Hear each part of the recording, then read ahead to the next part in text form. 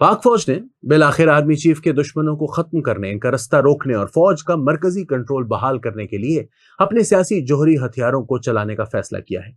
एक गैर मामूली इकदाम के तौर पर इंटर सर्विसेज इंटेलिजेंस के साबिक सरबराह लेफ्टिनेंट जनरल फैज हमीद को करप्शन के इल्जामात के तहत गिरफ्तार कर लिया गया है। चूंकि जनरल फैज पर फौजी अदालत में मुकदमा चलाया जाएगा और इल्जामात साबित होने पर इनका कोर्ट मार्शल किया जाएगा, लिहाजा इन्हें बतौर फौजी अफसर ही गिरफ्तार किया गया है।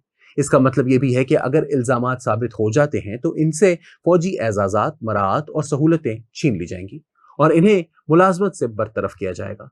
ये गिरफ्तारी मुबैना तौर पर रवां साल अप्रैल में फौज की जानिब से हाउसिंग स्कीम टॉप सिटी के हवाले से गुज़िश्ता साल नवंबर के सुप्रीम कोर्ट के फैसले के मुताबिक शुरू की गई तहकीकात के बाद की गई। शिकायत कुनंदा ने आईएसआई के सरबराह और इनके भाई पर इल्जाम लगाया कि इन्होंने इंटेलिजेंस एजेंसी को इस्तेमाल करते हुए इन पर महंगी निजी जमीन फैज हमीद के बड़े भाई नजफ हमीद, जो एक जूनियर रेवेन्यू एहलकार थे, के नाम मुंतकिल करने के लिए दबाव डाला। मतलूबा नताइज हासिल करने के लिए टॉप सिटी के मालिक को मुबैना तौर पर तशद्दुद का निशाना बनाया गया और इन्हें हरासा किया गया। ये भी काबिल गौर है कि फैज हमीद बतौर आईएसआई सरबराह मुबैना तौर पर जाती और इदारा जाती फायदे के लिए प्राइवेट सेक्टर के लोगों से पैसे लेने और साजबाज करने में मुलव्विस रहे।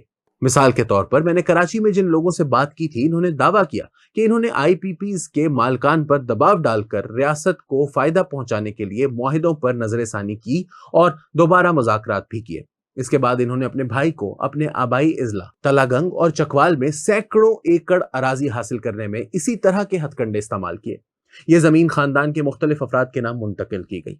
ख्याल किया जाता है कि फौज ने बदउनवानी के मुकदमात की पैरवी के लिए तमाम मतलूबा सबूत इकट्ठे कर लिए हैं। ताहम हकीकत यह है कि करप्शन फौज के लिए कोई बड़ा मसला नहीं है। अगर आला अफसरान करप्शन में मुलव्विस हों या जाती फायदे हासिल करें तो करप्शन काबिल मुआफी हो सकती है। फैज हमीद और इनके भाई नजफ हमीद जो नैब की तहवील में हैं, इनके खिलाफ बदउनवानी के मुकदमात इन्हें सजा देने के लिए बनाए गए हैं।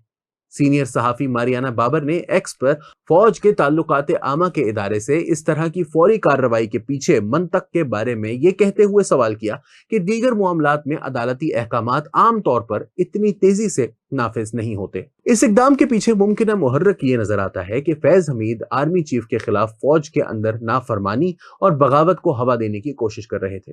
जैसा कि सीनियर सहाफी आरफा नूर ने अपनी ट्वीट में लिखा, लोगों को फैज हमीद के खिलाफ मुकदमे की फिक्र कम और फौज के अंदर की कमजोरी और नज्म ज़ब्त के बारे में ज्यादा फिक्र करनी चाहिए।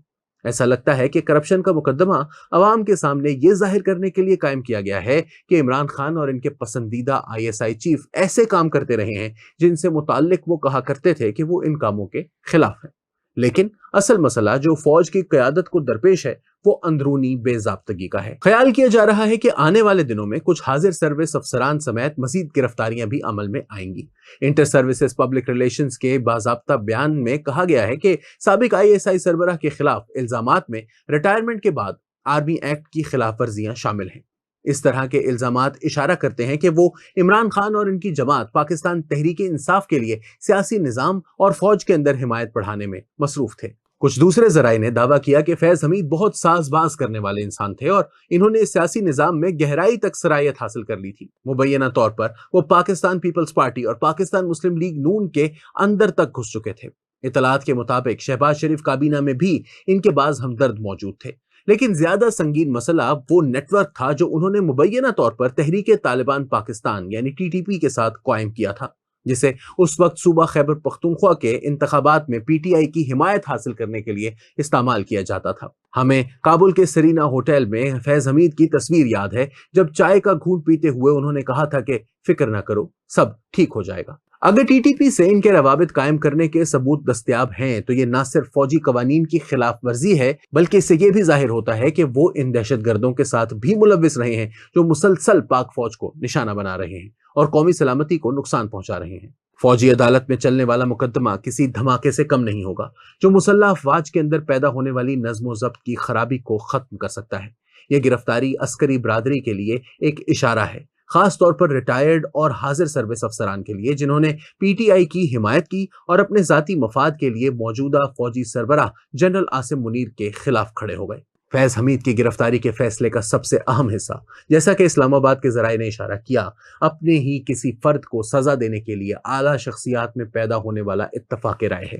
صاف ظاہر ہے کہ فوج عام لوگوں میں عمران خان کی بڑھتی ہوئی مقبولیت سے پریشان ہے، لیکن اس سے بڑی پریشانی ان کے اپنے ادارے میں تقسیم ہے۔ فیض حمید کی گرفتاری کا فیصلہ اس پریشانی کی تصدیق کرتا ہے۔ ٹرائل شروع ہونے کے بعد میڈیا کو کتنی معلومات دی جائیں گی، اس سے متعلق کچھ نہیں کہا جا سکتا، تاہم یہ یقینی ہے کہ ایسی معلومات ضرور لی کی جائیں گی جن کے ذریعے عمران خان اور ان کے ISI سربراہ کو مزید متنازع بنایا جا سکے۔ اتنا البتہ طے ہے کہ فوج کے موجودہ سربراہ اپنے سابقہ ساتھی سے دل برداشتہ ہو چکے ہیں۔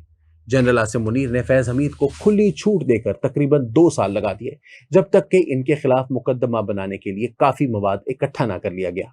اسلام آباد میں جاری چہمگوئیوں کے مطابق اس دوران PTI کے کئی رہنماؤں اور فیض حمید کے درمیان رابطوں کے حوالے سے شواہد اکٹھے کیے گئے۔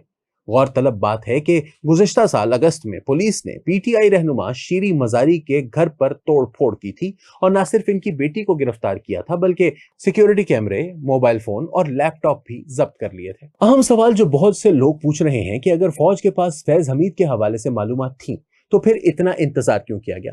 جیسا کہ پہلے ذکر کیا گیا، اس کی صرف ایک وضاحت ہے کہ گرفتاری کا مقصد مسلح افواج کے اندر بڑھتی ہوئی بے ضابطگی اور عمران خان کی مسلسل حمایت کو روکنا ہے۔ بہت سے لوگوں کو عمران خان کو میڈیا میں ملنے والی کوریج، جیل میں رہتے ہوئے معلومات تک رسائی اور لوگوں کو مسلسل اکسانے کی صلاحیت پر حیرانگی تھی۔ سینئر صحافی نصرت جاوید کے مطابق جیل میں بند عمران خان کو دیگر سیاستدانوں کے مقابلے میں معلومات تک زیادہ رسائی حاصل تھی۔ واضح طور پر فیض حمید کا طرز عمل اور اب یہ گرفتاری ادارے کے اندر موجود مسائل کی نشاندہی کرتی ہے۔ اس کے علاوہ اپنے اندر کے لوگوں کے خلاف کریک ڈاؤن کرنے کا مطلب میڈیا اور عدلیہ سمیت دوسرے اداروں کو پیغام بھیجنا ہے۔ اگر فیض حمید واقعی کوئی ریکٹ چلا رہے تھے اور دوسروں کو یہ امید دلا رہے تھے کہ جنرل عاصم منیر کو ہٹایا جا سکتا ہے تو یہ لمحہ ایسی ہر حرکت کا پردہ فاش کر دینے والا ہے۔ یقیناً فیض حمید کی گرفتاری کے ساتھ کہانی ختم ہونے کا امکان نہیں ہے۔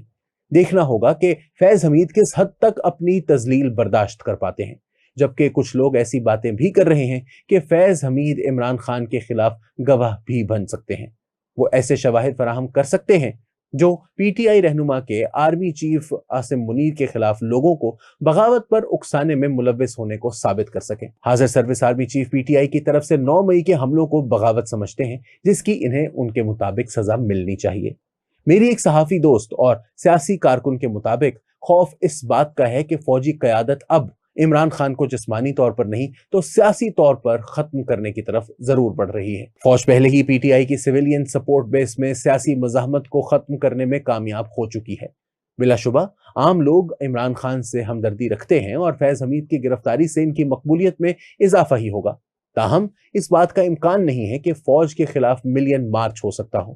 لوگوں میں خوف بہت زیادہ ہے۔ فوج اب چاہتی ہے کہ عمران خان پر مزید دباؤ ڈالنے کے لیے فیصلہ کن اقدام کر لیا جائے۔ اگر عمران خان باز نہ آئے تو فوج انہیں سزا دینے کا ارادہ رکھتی ہے۔